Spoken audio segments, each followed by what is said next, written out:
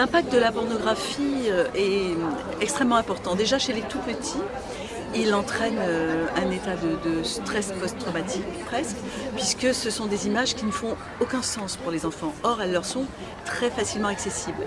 Et chez les adolescents, elles leur donnent une image de la sexualité qui est totalement déconnectée de la réalité, une image de la femme qui est humiliante, qui est dégradante, et en plus elle les met dans une posture de devoir répondre à un idéal qui n'existe pas, une espèce de mythe de la virilité totale, un idéal de performance qu'ils ne peuvent jamais atteindre et qui les rend tout aussi malheureux. Donc je pense que l'impact négatif de cette pornographie est aussi important chez les filles que chez les garçons. Il n'y a pas que les filles qui en pâtissent.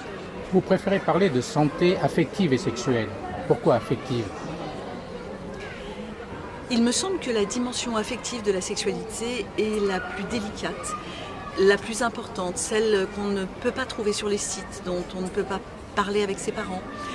On peut apprendre des choses, on peut apprendre à mettre un préservatif, on peut apprendre à prendre la pilule du lendemain, mais être à l'aise avec ses émotions, pouvoir exprimer des questionnements sur comment je sais ce que c'est qu'être amoureux, comment je vais faire dans mon premier baiser. Les adolescents, c'est ces questions-là qu'ils se posent.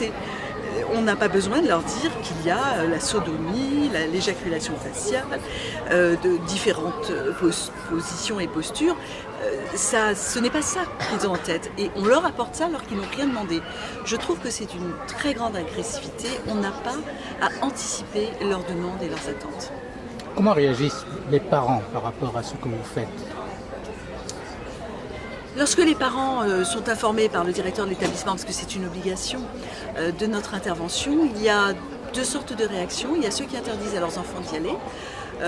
Et ça peut être parce qu'ils ont des convictions religieuses, qu'elles soient catholiques ou musulmanes, c'est pareil, qui leur rendent